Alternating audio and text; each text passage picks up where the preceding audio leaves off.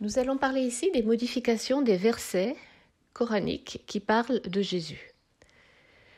Identifions déjà la graphie du nom de Jésus. Donc ici, nous avons deux graphies au folio 166 et au folio 12V du Welschestein 1913, deux graphies possibles pour le nom de Jésus, avec un « ya » final qui est écrit de deux façons différentes. Donc ici, dans le folio 43R, toujours du même codex, nous voyons le ya final et juste après, nous voyons une lettre, un alif, qui est d'une encre différente, d'une encre postérieure. Donc cette lettre est destinée à former le mot Ibn. Donc ici, on voit nettement deux écritures.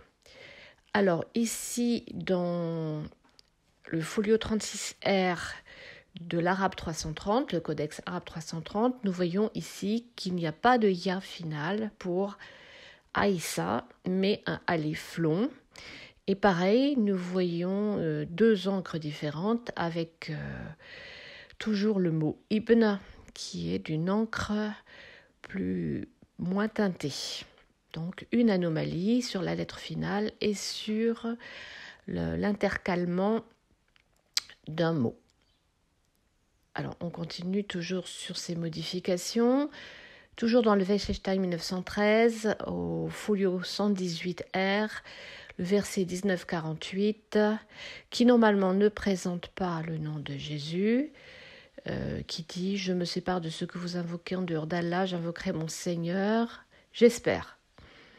Donc un hassa, et donc ici sur le Welschestein 1913, on voit bien que ce mot a subi, on voit que le parchemin a été effacé puisqu'il y a une petite tache au niveau du j'espère, et ce j'espère finalement, si on regarde la graphie et même le colloque Corpus Coranicum souligne en bleu ce mot en disant qu'il a été modifié. Donc là, le surlignement bleu montre les mots qui sont manifestement modifiés. Donc ce mot se rapproche très étrangement de la graphie de Jésus, d'autant plus que le mot qui vient avant, c'était, je crois, j'invoquerai mon Seigneur,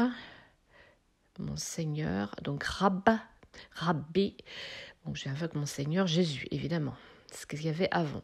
Donc ici, toujours le Welschestein 1913, le folio 117V, le verset 1935, donc ils disent que Jésus, fils de Marie, le fils de Dieu, donc on voit bien que là, modification au niveau de Aïssa, modification au niveau de Ibn, en fait, il y a une encre inférieure, une inscription inférieure et une inscription supérieure. Donc continuons. La suppression de versets. Donc là, on va voir qu'on va parler du verset 471 à 475. On va voir que dans de nombreux manuscrits, ces versets subissent de lourdes modifications. Et ici, on voit le folio 20 primitif est très visible. Et donc, il y avait un feuillet. On voit bien qu'il y a un feuillet qui a disparu. Le talon du folio 20 primitif est très visible entre le folio 19 et l'actuel folio 20. Donc le folio 20 primitif a disparu. Donc sur le dam 0115, bon ici c'est le verset 459 sur la non-crucifixion de Jésus. On voit que le mot qui dit n'a pas été tué est lourdement réécrit. Enfin, beaucoup de mots sont lourdement réécrits. Donc, on revient sur ce verset 471 à 475, toujours sur le W2 1913. Voilà, donc on voit là qu'il y a eu un collage et on voit que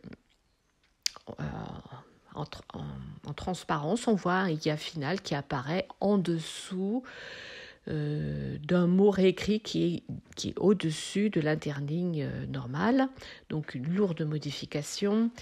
Le dam 011319, donc là on a surligné avec deux flèches bleues les lourdes modifications, donc toujours pareil, un attachement sur un personnage bon, qui pose problème. Donc on efface le Dame 01 21 1. Bon, pareil, le verset 475.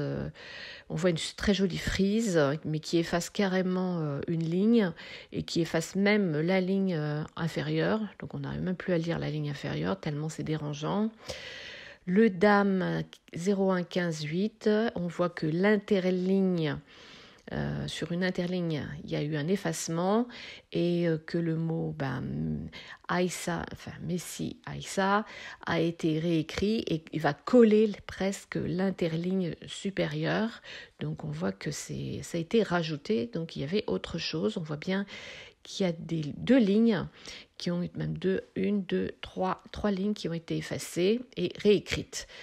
Et parfois diacritiquées, quelques mots sont diacritiqués, on ne sait pas pourquoi.